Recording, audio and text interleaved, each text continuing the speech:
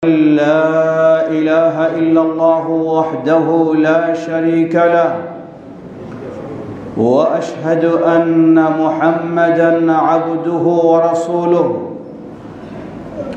يا أيها الذين آمنوا اتقوا الله حق تقاته ولا تموتن إلا وأنتم مسلمون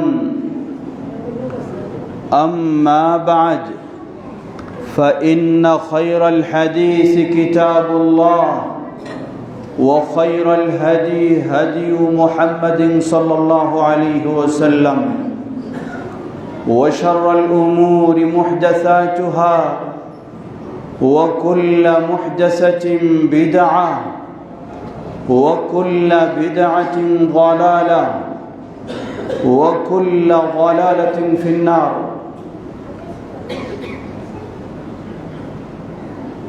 فأعوذ بالله من الشيطان الرجيم يا أيها الذين آمنوا اتقوا الله حق تقاته ولا تموتن إلا وأنتم مسلمون أما بعد وقال الله تبارك وتعالى في سورة أخرى فإذا جاءت الصاخة يوم يفر المرء من أخيه وأمه وأبيه وصاحبته وبنيه لكل منهم شأن يغنيه الحمد لله শুরুতে আবার প্রশংসা জ্ঞাপন করছি সেই আল্লাহ সুবহানাহু ওয়া তাআলার, যার বিশেষ তৌফিকে আমরা তার দ্বীনের পথে চলার সুযোগ লাভ করেছি, যিনি আমাদেরকে তার দ্বীনের পথে কবুল করেছেন, তার এই প্রশংসা জ্ঞাপনার্থে বলি আলহামদুলিল্লাহ। অতঃপর অসংখ্য সালাত ও সালাম পেশ করছি প্রিয় রাসূল মুহাম্মদ সাল্লাল্লাহু আলাইহি ওয়াসাল্লাম, তার আসহাবে কিরাম, আহলে বাইত, শেষ দিবস পর্যন্ত তার প্রতিটি একনিষ্ঠ অনুসারীদের উপর। সমবেত মুসল্লিবৃন্দ, আল্লাহ সুবহানাহু ওয়া তাআলার তৌফিকে এবং আপনাদের বিশেষ দাওয়াতে, বিশেষ করে সম্মানিত মুতাওয়াল্লি সাহেবের স্মরণ করা এবং বারবার দাওয়াতে আবারও সুযোগ হয়েছে। ব্যস্ততার মধ্য দিয়েও আপনাদের মাঝে আপনাদের সাথে জমা পড়ার যেই আল্লাহ সুযোগ করে দিয়েছেন, তার এই প্রশংসা জ্ঞাপনার্থে আবারও বলি আলহামদুলিল্লাহ। সমবেত মুসল্লিবৃন্দ, আজকে একটি বিষয় নিয়ে কথা বলতে চাই। আমাকে বলা হয়েছিল কোন বিষয় নিয়ে কথা বলবো। আমি বলেছিলাম যে মানুষের বা বান্দার হক বা অধিকার। আজকে সত্যি আমরা যদি লক্ষ্য করি আমাদের অবস্থা, ওপর থেকে নিচ পর্যন্ত কে কাকে কিভাবে অধিকার বঞ্চিত করবে, কে কার হক নষ্ট করবে, কে কাকে পিছনে ফেলবে, কে কাকে চেয়ার থেকে উঠাবে, কে কাকে গদি থেকে সরাবে, ন্যায় অন্যায় আমরা বুঝি না। আমরা বুঝি শুধু আমার স্বার্থ হাসিল করা। মনে রাখবেন, আজকে আপনার অনেক জনবল, আপনার অনেক সম্পদ, আপনার অনেক ক্ষমতা, আপনার অনেক শক্তি, আপনার অনেক যুক্তি, আপনার অনেক কৌশল, এমন একদিন আপনাকে দাঁড়াতে হবে।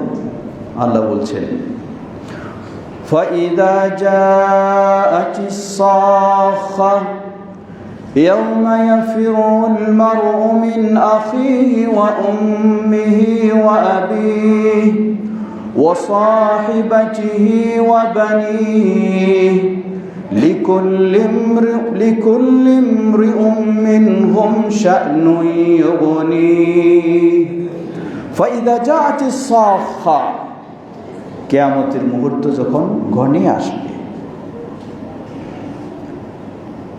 আপনার অনেক জনবল রয়েছে, অনেক ভাই রয়েছে, আপনার মা রয়েছে, আপনার বাবা রয়েছে, আপনার জীবন সঙ্গিনী রয়েছে, আপনার সন্তান রয়েছে। ইয়াউমা ইয়াফিরুল মারউ মিন আখি, ভাইয়ের কথা ভুলে যাবে, মায়ের কথা ভুলে যাবে, বাবার কথা ভুলে যাবে, জীবন সঙ্গিনীর কথা ভুলে যাবে, কলিজার টুকরা ছেলে মেয়ে সন্তানের কথা ভুলে যাবে। লিকুল্লি ইমরিইম মিনহুম শা'নু ইউগনি, সবাই আপন আপন চিন্তায় ব্যস্ত হবে। কি করেছি আল্লাহর কাছে জবাব দিতে হবে, উপায় নেই। কেউ ফোন করে আমাকে মুক্ত করতে পারবে না, কেউ হুমকি দিয়ে আমাকে দূর করতে পারবে না, কেউ কোনোভাবে ওকালিত করে আমাকে শাস্তি কমাতে পারবে না। জবাব দিতেই হবে আল্লাহর কাছে, উপায় নেই কোনো। এমন পরিস্থিতি সকলেরই হবে, চাই আলেম বলুন, চাই সাধারণ মানুষ বলুন। আলেম হলেই তার জুলুম করা বৈধ হয়ে যাবে, আর সাধারণ মানুষ হলে তার জুলুম করা হারাম হবে। ইসলাম এটা নয়। ইসলাম সকলের জন্য সমান, আলহামদুলিল্লাহ। সাধারণ মানুষেরও জুলুম করা অন্যায়, একজন আলেমেরও জুলুম করা অন্যায়। এটাই ইসলাম। আল্লাহ রাসূল সাল্লাল্লাহু আলাইহি ওয়াসাল্লাম জীবনের শেষ মুহূর্ত, মাত্র 5 দিন বাকি, সেই বুধবার বাকি কবরস্থান, সেই বুধবার উহুদ, যেখানে উহুদ প্রান্তে 70 জন সাহাবী শাহাদাত বরণ করেছেন, তাদের কবর জিয়ারত করলেন। জিয়ারত করে তাদের জন্য এমনভাবে দোয়া করলেন, বিদায় নিলেন, মনে হয় যেন আর কোনো দিন উহুদের এই শহীদদের কবরের কাছে আর যাওয়ার সুযোগ হবে না। সেই দিনেই মসজিদে নববীতে এসে মেম্বারে তিনি বসলেন, বসে বক্তব্য রাখলেন, হৃদয় বিদারক বক্তব্য। জোহরের সালাতের সময় হয়ে গেল, সালাত আদায় করলেন, আবার মেম্বারে বসলেন। শরীর খুব দুর্বল, দাঁড়িয়ে থাকার মতো শক্তি নেই। আবার মেম্বারে দাঁড়িয়ে তিনি নিজেকে উপস্থাপন করলেন, বললেন, আমি এখনো বেঁচে রয়েছি। কারো প্রতি যদি আমি অন্যায় করে থাকি, কাউকে যদি কথা দিয়ে জুলুম করে থাকি, কারো যদি সম্পদ অন্যায়ভাবে হরণ করে থাকি, কাউকে যদি ব্যথা দিয়ে থাকি, কাউকে যদি কষ্ট দিয়ে থাকি, আমি এখনো বেঁচে রয়েছি। আমার কাছে তোমরা প্রতিশোধ নিয়ে নাও। আল্লাহু আকবার। আমার কাছে তোমরা বদলা নিয়ে নাও, কারণ বদলা দেওয়ার সুযোগ রয়েছে আজকে, সুযোগ হবে না কালকে। কিয়ামতের মাঠে কোনো সুযোগ হবে না। সুতরাং এখনই সুযোগ তোমরা নিয়ে নাও। সুবহানাল্লাহ। নবী মুহাম্মদ সাল্লাল্লাহু আলাইহি ওয়াসাল্লাম, তার চেয়ে ভালো মানুষ আর কে হতে পারে? তার চেয়ে ইমানদার আর কে হতে পারে? তার চেয়ে আমানতদার আর কে হতে পারে? তার চেয়ে আল্লাহ ভীরু আর কে হতে পারে? সেই ব্যক্তি যদি নিজেকে আখিরাতে মুক্ত করার জন্য দুনিয়ার জীবনে এভাবেই তিনি বিদায় নিতে চান, তাহলে আমাদেরকে কতটুকু চেষ্টা করা দরকার, আমাদেরকে কতটুকু সতর্ক হওয়া দরকার। আল্লাহ আমাদের সকলকে সতর্ক হওয়ার তৌফিক দান করুন। লক্ষ্য করুন, আল্লাহ রাসূল সাল্লাল্লাহু আলাইহি ওয়াসাল্লাম কত কঠিনভাবে বলেছেন। হাদিস সহিহ মুসলিমের হাদিস, আবু উমামা আল বাহিলি রাদিয়াল্লাহু তাআলা আনহু তিনি বলেন, قال رسول الله صلى الله عليه وسلم من اقتطع حق امرئ مسلم بيمينه فقد أوجب الله له النار وحرم عليه الجنة. فقال له رجل وإن كان شيئا يسيرا يا رسول الله؟ قال وإن قضيبا من آراك. رواه مسلم. আল্লাহ রাসূল সাল্লাল্লাহু আলাইহি ওয়াসাল্লাম বললেন, জেনে রাখো, কোনো ব্যক্তি যদি অন্য কোনো মুসলিমের অধিকার হক থেকে মিথ্যা কসমের মাধ্যমে হরণ করে নেয় কিছু, ফাকাদ আওজাবাল্লাহু লাহু আন-নার, তাহলে যিনি মিথ্যা কসমের মাধ্যমে কারো অধিকার নষ্ট করবে, আল্লাহ তার জন্য জাহান্নামকে ওয়াজিব করে দেন। ওয়া হাররামা আলাইহিল জান্নাহ, এবং তার জন্য জান্নাতকে হারাম করে দেন। ফাকাল লাহু রাজুলুন, এক সাহাবী দাঁড়িয়ে জিজ্ঞাসা করলেন, হে আল্লাহর রাসূল সাল্লাল্লাহু আলাইহি ওয়াসাল্লাম, জানি বেশি কিছু হলে তো হয় স্বাভাবিক, কিন্তু যদি সামান্য তুচ্ছ জিনিসও হয় তবু কি জাহান্নাম ওয়াজিব হয়ে যাবে, জান্নাত হারাম হয়ে যাবে? ক্বালা ওয়া ইন কাদিবাম মিন আরাক, বললেন হ্যাঁ, এই আরাক গাছের সামান্য খড়কুটার সমান পরিমাণও যদি কোনো মুসলিমের অন্যায়ভাবে কেউ হরণ করে থাকে তাহলেও তার জন্য জাহান্নাম আল্লাহ ওয়াজিব করে দেবেন এবং জান্নাত আল্লাহ হারাম করে দেবেন। লা হাওলা ওয়ালা কুওয়াতা ইল্লা বিল্লাহ। প্রিয় ভাইরা আমার, সবসময় আমাদেরকে স্মরণ রাখতে হবে আমার অধিকার আপনাকে, আপনার কাছে, আমার কাছে আপনার অধিকার, তা আজকেই দেওয়ার সুযোগ, কালকে দেওয়ার সুযোগ হবে না। আল্লাহ রাসূল সাল্লাল্লাহু আলাইহি ওয়াসাল্লাম কত কঠিনভাবে বলেছেন, সহিহুল বুখারীর হাদিস। عن أبي هريرة رضي الله تعالى عنه قال رسول الله صلى الله عليه وسلم من كانت له مظلمة لأخيه من عرضه أو شيء فليتحلله منه اليوم قبل أن لا يكون دينار ولا درهم إن كان له عمل صالح أخذ منه بقدر مظلمته وإن لم تكن له حسنات أخذ من سيئات صاحبه فحمل عليه رواه البخاري। পর্দার মা ও বোনদেরকে একটু স্মরণ করে দিতে চাই, সামাজিকভাবে আমরা অনেক সময় প্রতিযোগিতা করি। কিসের প্রতিযোগিতা? আরেকজনকে কিভাবে ঠকানো যাবে, আরেকজনের কাছ থেকে কিভাবে বেশি নেওয়া যাবে, আরেকজনকে কিভাবে কম দেওয়া যাবে, এই প্রতিযোগিতা। আমরা কি ভুলে গেছি আমাকে তো আল্লাহর কাছে যেতে হবে, আল্লাহর কাছে জবাবদিহির সম্মুখীন হতে হবে। আল্লাহ রাসূল সাল্লাল্লাহু আলাইহি ওয়াসাল্লাম বললেন, জেনে রাখো, মান কানাত লাহু মাযলামাতুন লিআখিহি মিন আরদিহি আও শাইইন ফালইয়াতাহাল্লালহু মিনহু আল-ইয়াওম। কেউ যদি কারো প্রতি জুলুম করে থাকে, কেউ যদি কারো প্রতি অবিচার করে থাকে, চাই সেটি মানহানির দিক থেকে হোক, চাই সেটি সম্পদ হানির দিক থেকে হোক, সেটি যেন আজকেই দুনিয়ার জীবনে তা যেন তার কাছে মিটমাট করে নেয়, দুনিয়ার জীবনে যেন এটার সমাধান করে নেয়। ক্বাবলা আন লা ইয়াকুনা দিনারুন ওয়ালা দিরহাম, কারণ এমন একদিন এসে যাবে আপনার কাছে একটা পয়সাও থাকবে না, কোনো অর্থই থাকবে না, নিঃস্ব অসহায়। ইন কানা লাহু আমালুন সালিহু উখিযা মিনহু, আল্লাহ রাসূল সাল্লাল্লাহু আলাইহি ওয়াসাল্লাম বলেন, সেই কিয়ামতের মাঠে আমার বাড়িঘর নেই, সম্পদ নেই, টাকা পয়সা নেই, যে যার প্রতি আমি অবিচার করেছি, যার হক আমি নষ্ট করেছি, যার অধিকার আমি নষ্ট করেছি, তাকে যে ফেরত দেব এমন কিছুই নেই। উপায় কি হবে? আল্লাহ রাসূল সাল্লাল্লাহু আলাইহি ওয়াসাল্লাম বলেন, যদি আমার কোনো ভালো কাজ থাকে, আল্লাহ রাব্বুল আলামিন আমার ভালো কাজের নেকিগুলি যেই পরিমাণ অন্যায় করেছি ওই পরিমাণ সেই ব্যক্তিকে দিয়ে দেওয়া হবে। যদি এমন হয় আমার নেকি বলতে কিছুই নেই, উখিযা মিন সাইয়্যাতি সাহিবিহি ফাহুমিলা আলাইহি, যার প্রতি আমি জুলুম করেছি, যার অধিকার আমি নষ্ট করেছি, তার গুনাহগুলি নিয়ে তখন আমাকে দেওয়া হবে। লা হাওলা ওয়ালা কুওয়াতা ইল্লা বিল্লাহ। এজন্য অন্য আরেক হাদিসে স্পষ্টভাবে এসেছে, আল্লাহ রাসূল সাল্লাল্লাহু আলাইহি ওয়াসাল্লাম বললেন, আতাদরুনা মানিল মুফলিস, তোমরা কি জানো অসহায় নিঃস্ব ব্যক্তি কে?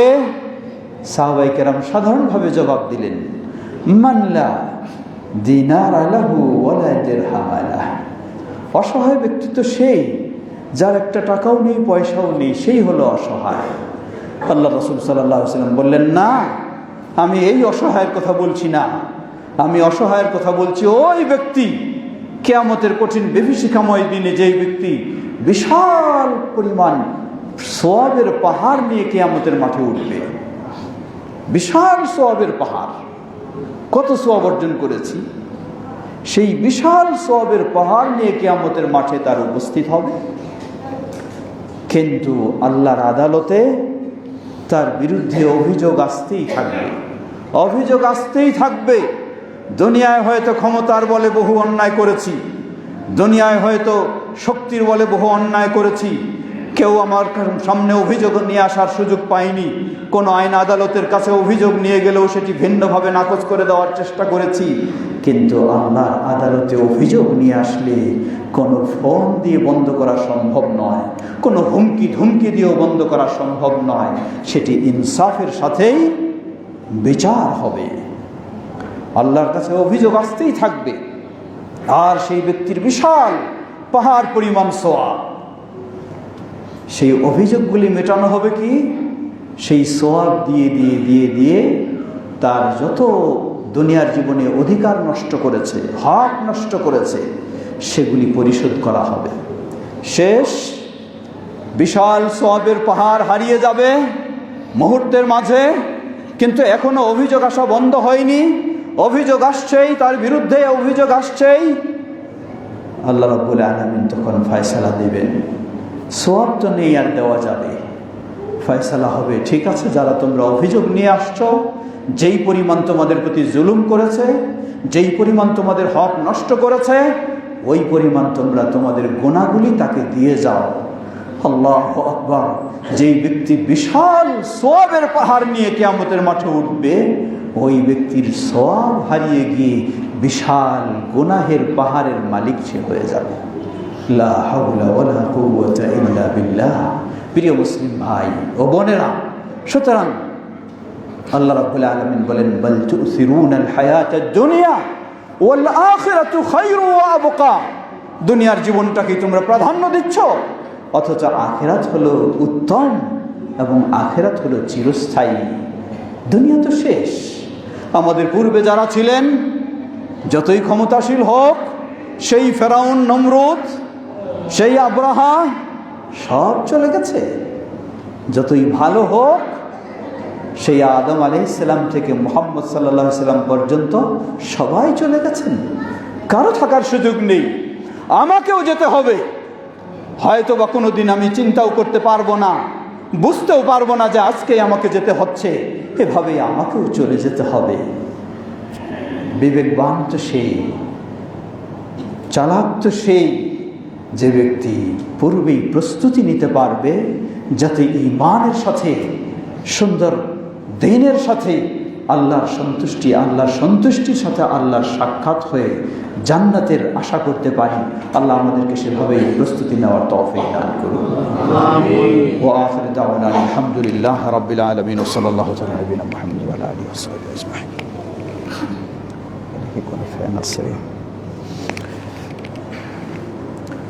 আলহামদুলিল্লাহ, আলহামদুলিল্লাহি রাব্বিল আলামিন والصلاة والسلام على عبد الله ورسوله نبينا محمد وعلى آله وصحبه أجمعين أما بعد। সমবেত মুসলিমবৃন্দ, ফিরে আসি আবার বান্দার অধিকার কোন কোন দিক থেকে রয়েছে আমরা একটু জানার চেষ্টা করি। বান্দার অধিকার, হক্কুল ইবাদ। বান্দার অধিকার প্রথমে বলবো আল্লাহর কাছে, অতঃপর বলবো মানুষের কাছে। আল্লাহর কাছে কি অধিকার? আমাকে সৃষ্টি করেছেন কে? আল্লাহ। কেউ জবাব দিবেন না। খুতবার সময় এভাবে ইমাম খতিব প্রশ্ন করবে আর সবাই জবাব দিবে, এটি খুতবার সময় চলবে না। যদি কোনো ব্যক্তিকে বিশেষ জিজ্ঞাসা করে সেটি আলাদা জিনিস, কিন্তু নর্মাল ওয়াজ মাহফিলের মতো এখানে কথা বলার সুযোগ নেই, খতিবেরও সুযোগ নেই, আর শ্রোতাদেরও সুযোগ নেই। সৃষ্টি করেছেন কে? সেই আল্লাহ। তিনি স্রষ্টা, তিনি জীবিত রেখেছেন, তিনি সুস্থ রেখেছেন। তার জমিনে চলছি, তার আকাশের নিচে চলছি, তার বাতাসেই শ্বাস প্রশ্বাস গ্রহণ করছি। সুবহানাল্লাহ, সুবহানাল্লাহ। লক্ষ্য করুন, চিকিৎসা বিজ্ঞানীগণ বলছেন একজন মানুষ 24 ঘন্টায় লক্ষাধিকবার সে মৃত্যুর সম্মুখীন হয়। কেমনে? আমার শ্বাস একবার বের হওয়ার পর আর যদি ভিতরে না ঢোকে, আল্লাহ যদি আর ঢুকতে না দেন, তাহলে আর আমার বেঁচে থাকা সম্ভব নয়। আল্লাহ ঢোকার সুযোগ দিচ্ছেন, তাই আমি এই শ্বাস প্রশ্বাস নেওয়ার মাধ্যমে বেঁচে আছি। তাহলে যেই আল্লাহ আমার সব কিছু দিয়েছেন, সেই আল্লাহর অধিকার তো আমার কাছে রয়েছে। কি অধিকার? আইয়াবুদুহু ওয়ালা ইউশরিকু বিহি শাইআ।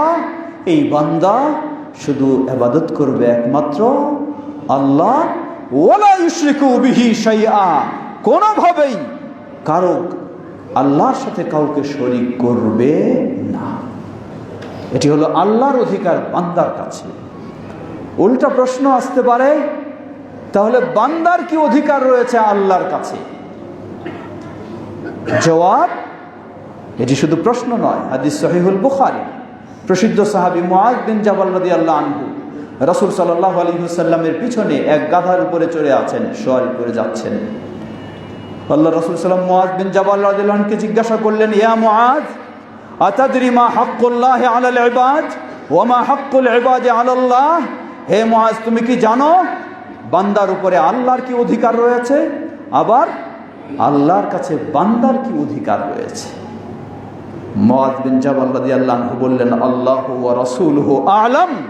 আল্লাহ এবং তার রাসূলই ভালো জানেন, আমার জ্ঞান নেই, আমি জানি না। 3 বার জিজ্ঞাসার পর রাসূল সাল্লাল্লাহু আলাইহি ওয়াসাল্লাম নিজেই জবাব দিলেন, বললেন, জেনে রাখো বান্দার কাছে আল্লাহর অধিকার হলো বান্দা শুধু ইবাদত করবে আল্লাহর, মাথা নত করবে একমাত্র আল্লাহর কাছে, আনুগত্য স্বীকার করবে, দাসত্ব করবে একমাত্র আল্লাহ, অন্য কাউকে আল্লাহর সাথে শরীক করবে না। এটি হলো আহলুল হাদিসদের কথা, যে আমরা ইবাদত করব শুধু আল্লাহ, কখনো আল্লাহর সাথে শিরকে লিপ্ত হব না।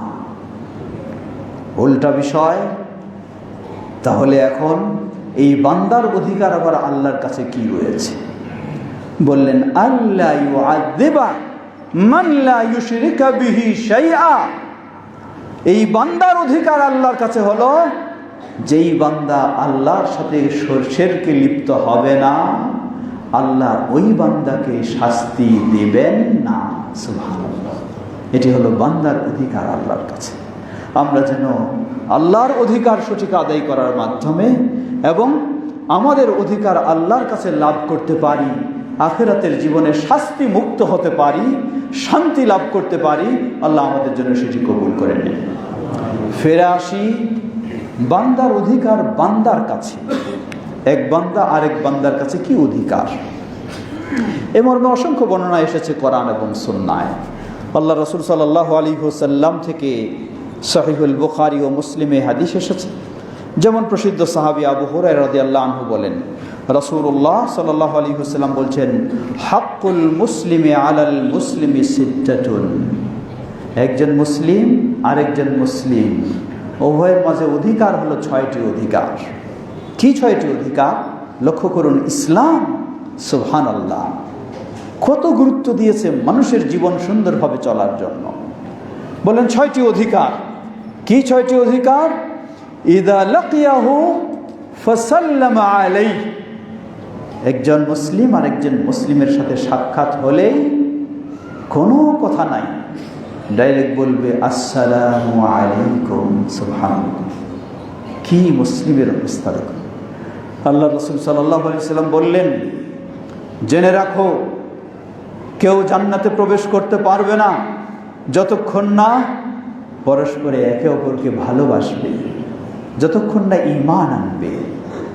আর ঈমানও আনতে পারবে না যতক্ষণ না পরস্পরে একে অপরকে ভালোবাসবে। আমি কি তোমাদেরকে সংবাদ দেব না এমন একটি বিষয়ের কথা, যখন তোমরা সেই কাজ করবে পরস্পরের মাঝে ভালোবাসাও তৈরি হবে, ঈমানও সুন্দর হবে, এর মাধ্যমে তোমরা জান্নাতে যেতে পারবে। বললেন, বলুন। বললেন, ইফশাউস সালাম, সালামের বিস্তার ঘটানো। একজন মুসলিম আরেকজন মুসলিমের অধিকার তো রয়েছেই, উপরন্তু একজন আরেকজনের মাঝে সালামের বিস্তার ঘটাটা হলো ভালোবাসার তৈরি হওয়ার একটা মাধ্যম, আর এর মাধ্যমে ঈমান সুন্দর হবে, এর মাধ্যমে জান্নাত নিশ্চিত হবে ইনশাআল্লাহ। আজকে সালাম দিতে অনেক সময় আমরা লজ্জা পাই। এই সালামের অধিকার নর্মালি একজন মুসলিম আরেকজন মুসলিমকে দেবে। সালাম মানে কি? সালাম মানে হলো আমি আপনার জন্য শান্তির দোয়া করছি, আপনার জন্য রহমতের দোয়া করছি, আপনার জন্য বরকতের দোয়া করছি। তাহলে এই সালাম একজন মুসলিম আরেকজন মুসলিমকে তো দেবে, উপরন্তু নিজের ব্যক্তিরা সেখানে আরো বেশি দেবে। কিন্তু আমরা উল্টা হয়ে গেছি। আমি অন্যের বাবাকে সালাম দেই, নিজের বাবাকে সালাম দিতে লজ্জা বোধ করি। হ্যাঁ, অন্যের বাবাকে সালাম দিই কিন্তু নিজের বাবাকে সালাম দিতে লজ্জা বোধ করি। অথবা বাবা হিসাবে অন্য মানুষকে, ছেলেকে সালাম দিই কিন্তু নিজের ছেলেদেরকে সালাম দিতে লজ্জা বোধ করি। স্বামী হিসাবে নিজের স্ত্রীকে সালাম দিতে লজ্জা বোধ করি কিন্তু অন্য মেয়েদেরকে সালাম দিই। অথবা স্ত্রী হিসাবে অন্য পুরুষদেরকে সালাম দিতে অসুবিধা হয় না কিন্তু নিজের স্বামীকে সালাম দিতে লজ্জা বোধ করি। কেমন এটি? এটি সম্পূর্ণ উল্টা।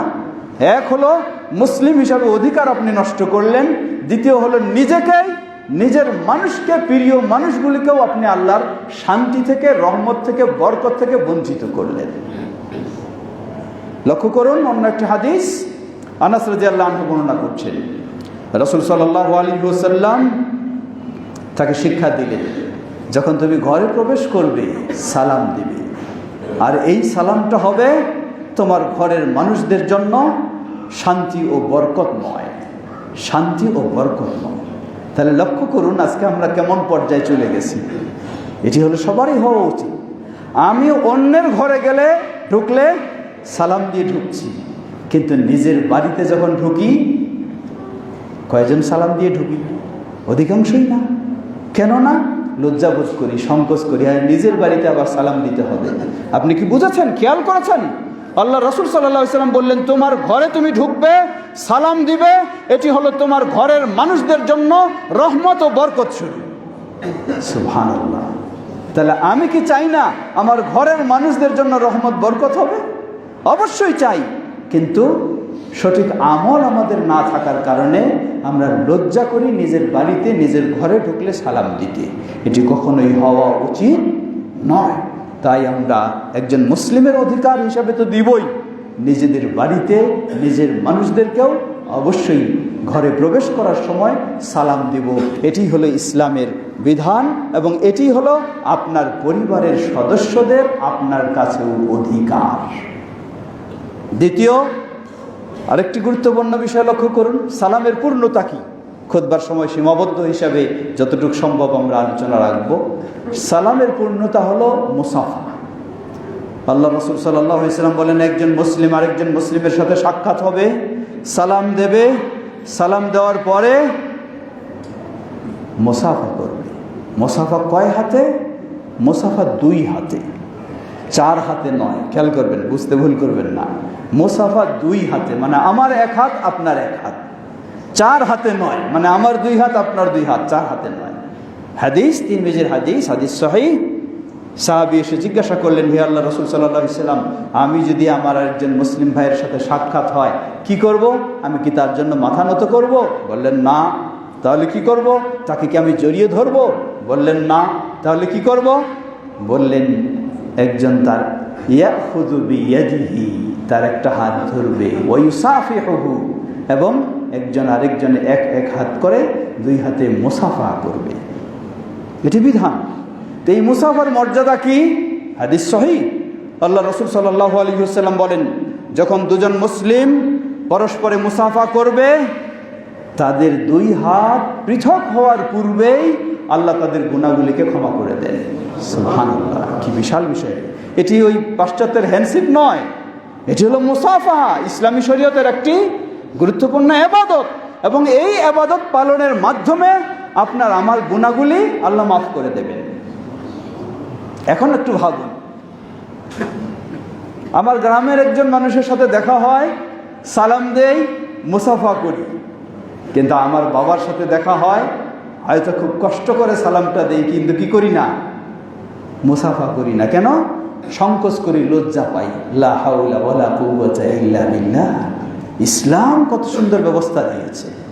অন্য মানুষের সাথে হাত দিয়ে মুসাফা করলে যেমন পৃথক হওয়ার পূর্বেই দুজনের গুনাহগুলি মাফ হয়, আমি যদি আমার বাবার সাথে মুসাফা করি, আমি যদি আমার ছেলের সাথে মুসাফা করি, আমি যদি আমার ভাইয়ের সাথে মুসাফা করি, আমি যদি আমার বোনের সাথে মুসাফা করি, আমি যদি আমার মায়ের সাথে মুসাফা করি, আমি যদি আমার স্ত্রীর সাথে মুসাফা করি, এই ইবাদত এটি একটি সেই হিসাবে, তাহলে আমার স্ত্রীর সাথেও সালামের পরে মুসাফা করার পরে উভয়ে পৃথক হওয়ার পূর্বে উভয়ের গুনাহগুলি আল্লাহ ক্ষমা করে দেবেন। সুবহানাল্লাহ। একইভাবে মায়ের সাথে। এর মানে এই নয় কেউ বলবেন যে মেয়ে মানুষের সাথে মুসাফা। জবাব হ্যাঁ, যেই মেয়ে মানুষের সাথে আপনার কথা বলার বৈধতা রয়েছে, যেই মেয়ে মানুষের সাথে সাক্ষাৎ করার বৈধতা রয়েছে, তার সাথে মুসাফা করাও শরীয়তের ইবাদত। সেই মেয়ে মানুষটাকে আমার মা, আমার স্ত্রী, আমার নিজের বোন, আমার মেয়ে, এই জাতীয় মেয়েদের সাথে আপনি সালাম দেবেন, মুসাফা করবেন, অন্য কোনো মেয়ের সাথে নয়। তাহলে বিষয়টা কি দাঁড়াবে? এক হলো সালামের মাধ্যমে তো বরকত রহমত সেটি লাভ হবে।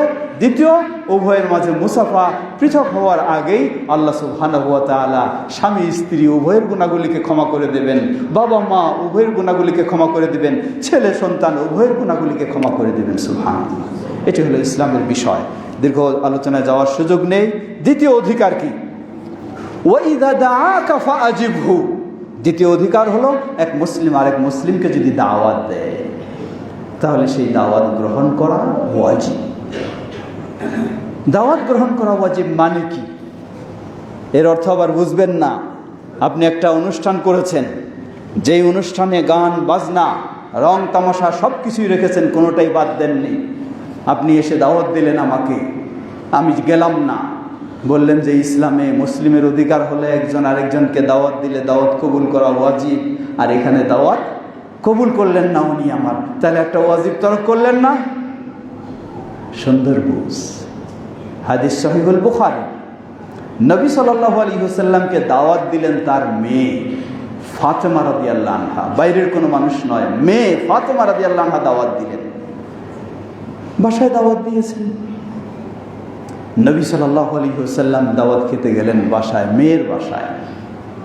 গিয়ে দরজার বাইরে থেকে দেখলেন যে ভিতরে একটা পর্দা ঝুলানো আছে, সেই পর্দায় কি জানি একটা নকশা বা ছবি রয়েছে। নবী সাল্লাল্লাহু আলাইহি ওয়াসাল্লাম বললেন না তুমি কেন এটা রেখেছো, এটা সরাও, না হলে আমি চলে যাব, এটাও বললেন না। তিনি সেটা দেখেই সেখান থেকে মুখ ঘুরিয়ে চলে আসলেন, আর ঢুকলেন না তার বাসায়। আল্লাহু আকবার।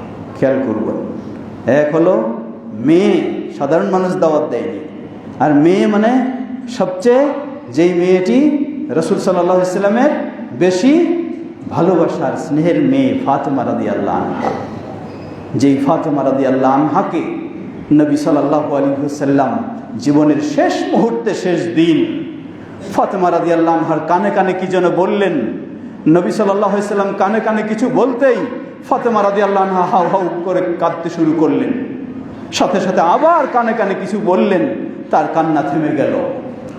পরবর্তীতে উম্মুল মুমিনিন আয়েশা রাদিয়াল্লাহু আনহা বলেন, আমি ফাতেমাকে জিজ্ঞাসা করলাম কি ব্যাপার, তোমাকে কানে কানে কি বললেন রাসূল সাল্লাল্লাহু আলাইহি ওয়াসাল্লাম, তুমি কাঁদতে শুরু করলে, আবার তিনি বললেন কিছু জানি, আবার পরে বললেন তুমি কান্না থেমে গেল। ফাতেমা রাদিয়াল্লাহু আনহা বললেন রাসূলুল্লাহ সাল্লাল্লাহু আলাইহি ওয়াসাল্লাম আমাকে কানে কানে জানালেন আর সময় নাই, কিছুক্ষণের মধ্যে আমি তোমাদের থেকে বিদায় নিয়ে চলে যাচ্ছি, মৃত্যু ঘটবে। এ কথা শুনে কেঁদে ফেলেছেন।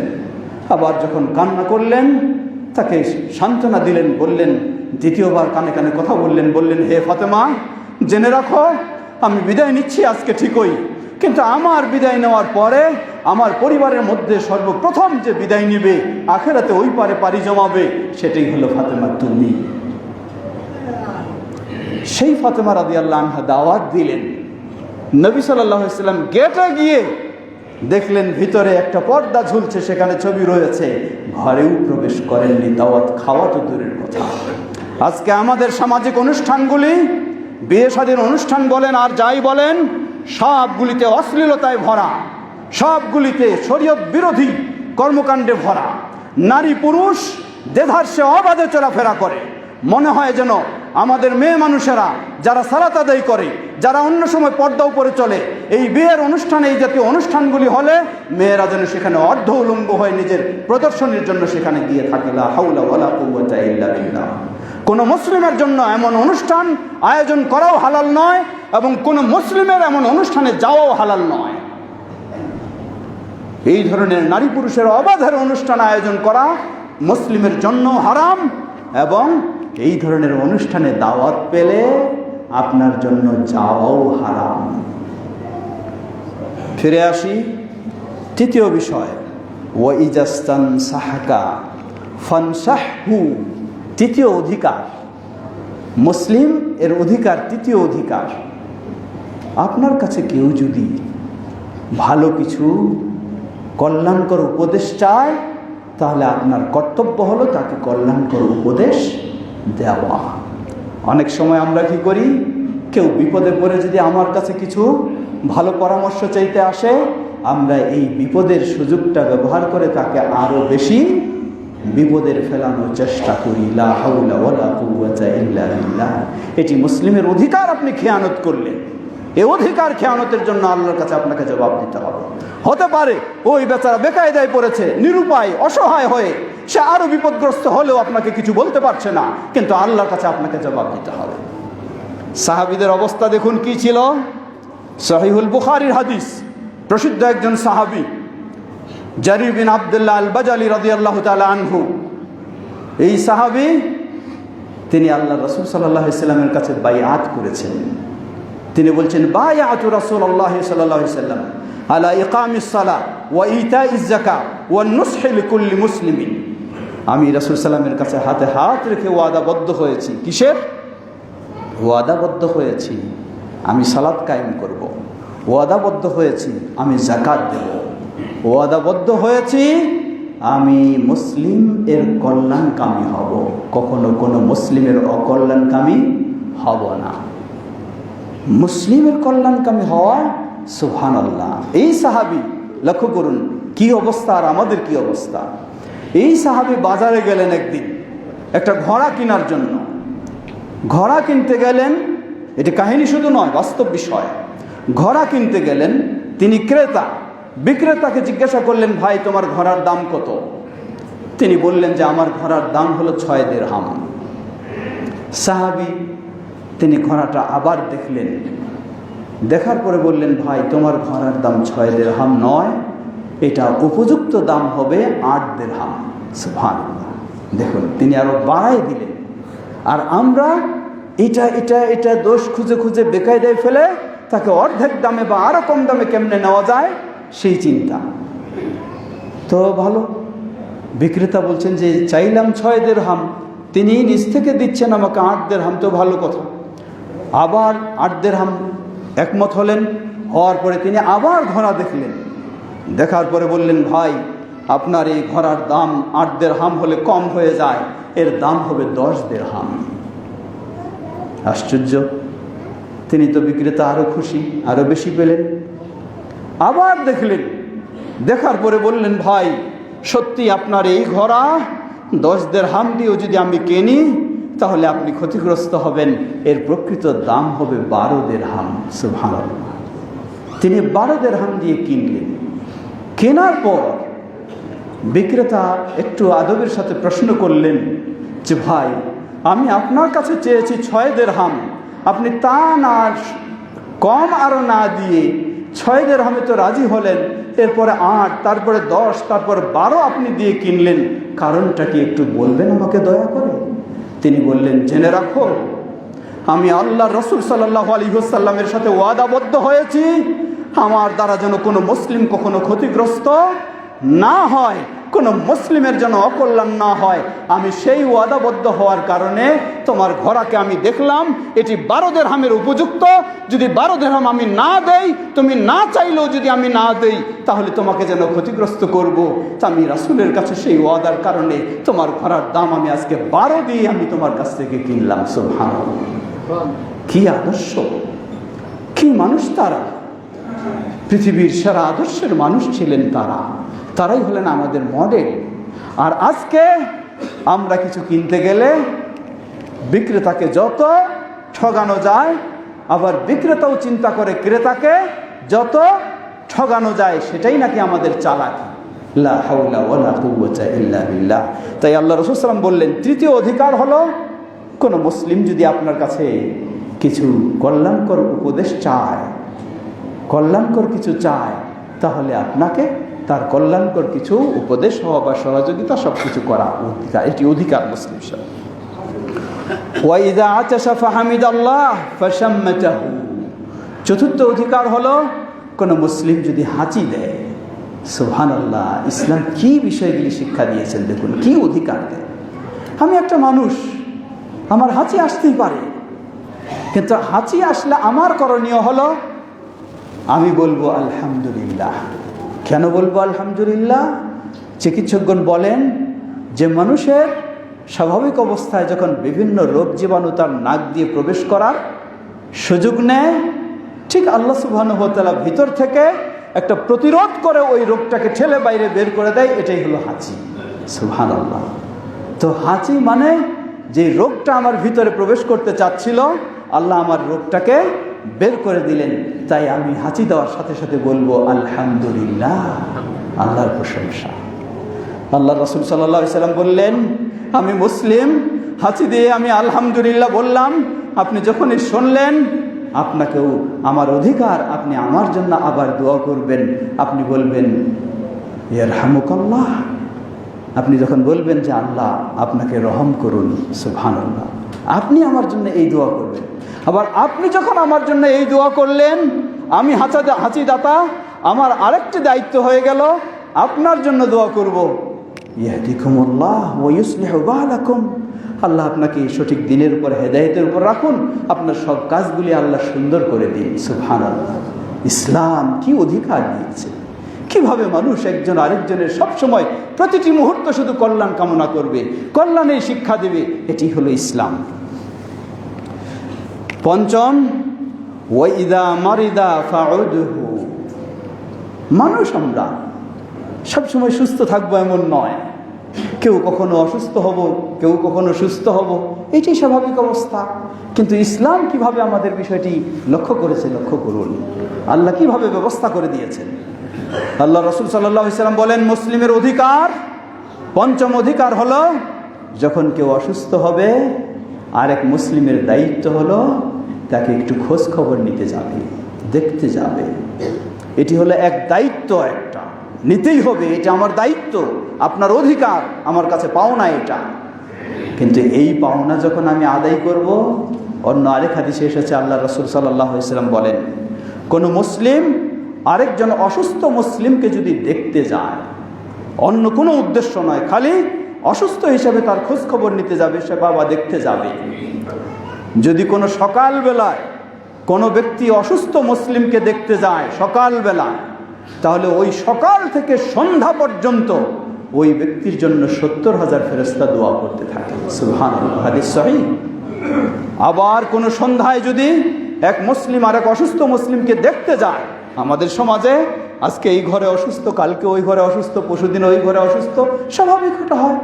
কিন্তু এই জিনিসটা আপনি একটুখানি খোঁজ নিতে যাবেন, ইসলাম এটা দায়িত্বও দিয়েছে আপনাকে।